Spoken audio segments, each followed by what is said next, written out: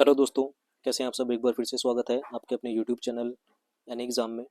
दोस्तों, इस वीडियो में हम यूपी पुलिस कांस्टेबल के लिए यूपी जीके के कुछ इंपॉर्टेंट क्वेश्चंस यहाँ पर देखने वाले हैं। यूपी जीके भी आपके लिए उतने इंपॉर्टेंट हैं जितने बाकी सारे सब्जेक्ट्स रहेंगे।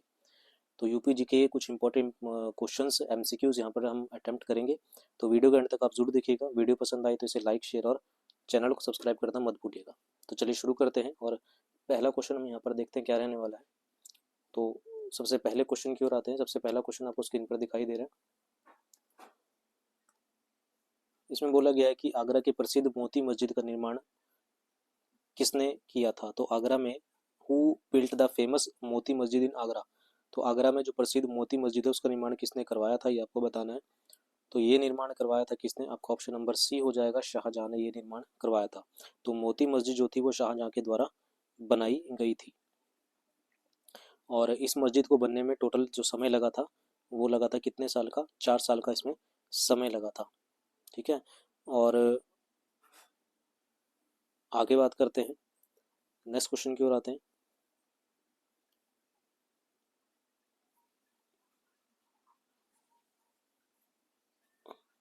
अगले क्वेश्चन की ओर आते हैं। अगला क्वेश्चन है आपके पास, कहता है कि उत्तर प्रदेश के जौनपुर शहर की स्थापना किसके द्वारा की गई थी।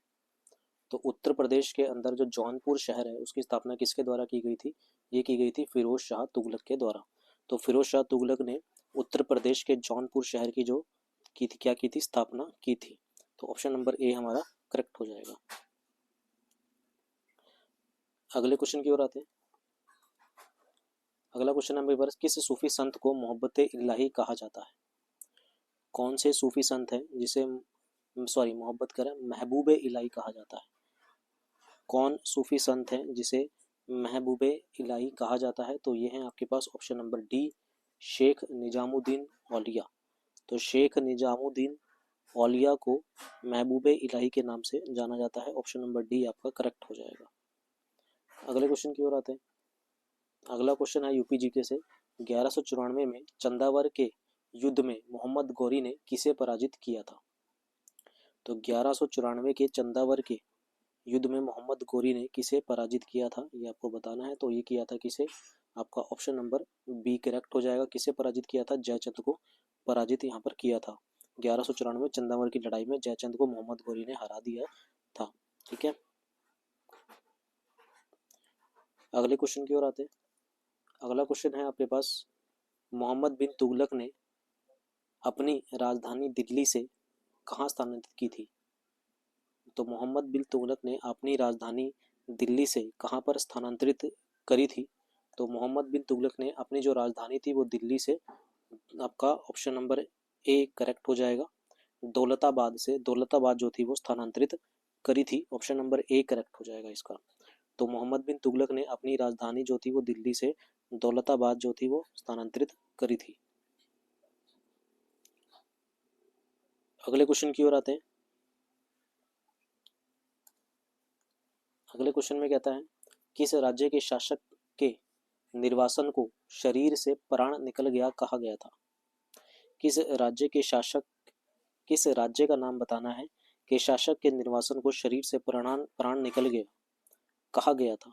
तो कौन से राज्य के शासक को ये कहा गया था, अवध राज्य के शासक को शासक के निर्वासन को शरीर से प्राण निकल गया कहा गया था। अवध और ब्रिटिश ऐतिहासिक ग्रंथों में अवध या अवध के रूप में जाना जाता है और अवध उत्तर प्रदेश का एक क्षेत्र है। अवध की पारंपरिक राजधानी जो थी वो लखनऊ थी, जो ब्रिटिश रेजिडेंट का स्टेशन भी था और अब उत्तर प्रदेश की राजधानी है। अगले क्वेश्चन की ओर आते हैं। अगला क्वेश्चन है आपके पास, 1658 में बहादुरगढ़ की लड़ाई में शाहजहां के दूसरे बेटे शाह सूजा को शाहजहां के पोते डैश ने हराया था। तो 1658 में बहादुरपुर की लड़ाई में शाहजहां के दूसरे बेटे कौन, शाह सूजा को शाहजहां के पोते डैश ने हराया था। तो उस पोते का नाम बताना है कि क्या था, वो था Sulaiman Shikoh. Option number B आ जाएगा इसका आंसर। तो बहादुरपुर की लड़ाई 24 फरवरी को हुई थी, 1658 को लड़ी गई थी। यह युद्ध भारत के मुगल सम्राट शाहजहां के बेटों के बीच उत्तराधिकारी की लड़ाई तय करने के में सहायक था। ठीक है। जब शाहजहां बीमार पड़ा, उसके 4 पुत्रों द्वारा शिकोह, शाह शुजा, औरंगजेब और मुराद बख्श सत्ता के लिए लड़ने लगे। दारा शिकोह के पुत्र सुलेमान शिकोह ने उत्तर प्रदेश में वाराणसी के उत्तर पूर्व में 8 किलोमीटर दूर बहादुरपुर के शाह शुजा को हराया था। शाहजहां का जो जन्म था वो 5 जनवरी 1592 को लाहौर में हुआ था। उनके बचपन का नाम जो था वो खुर्रम था। खुर्रम जहांगीर का छोटा बेटा था। अगले क्वेश्चन की ओर आते हैं। अकबर के अलावा टोडरमल ने डैश के लिए भी काम किया। तो अकबर के अलावा टोडरमल ने किसके लिए काम किया? वो किया था आपके पास शेर शाह सूरी के लिए भी इन्होंने काम किया था। तो अकबर के अलावा जो टोडरमल थे उन्होंने शेर शाह सूरी के लिए भी काम किया था। ऑप्शन नंबर सी करेक्ट हो जाएगा। अगले क्वेश्चन की ओर आते हैं। आपको बताना है कि सूची 1 के साथ सूची 2 को सम्मिलित कीजिए और निम्नलिखित कटु में से सही उत्तर का चयन यहाँ पर आपको करना है कि कौन सा होगा। तो कुतुबुद्दीन ऐबक की बात करते हैं। तो कुतुबुद्दीन ऐबक के बारे में जालौन पर कब्जा किया, पहले का ए सही है, 1 सही है। औरंगजेब के बारे में बात करें तो औरंगजेब कृष्ण मंदिर नष्ट किया था। वीर सिंह बुंदेला के बारे में बात करें तो Veer Singh Bundela option number B हो जाएगा, झांसी शहर की स्थापना की थी। और इल्तुतमिश बंदायूं में जामा मस्जिद का निर्माण किया था। तो यानी कि ए का 1 है, बी का जो है वो 3 है, सी का 2 है और डी का 4 है। देख लेते हैं कौन से ऑप्शन में है ये। पहले हम इसको रब कर देते हैं, कौन से ऑप्शन में है वो देख लेते हैं। तो इसका सही आंसर हो जाएगा आपके पास ऑप्शन नंबर तीसरा हो जाएगा।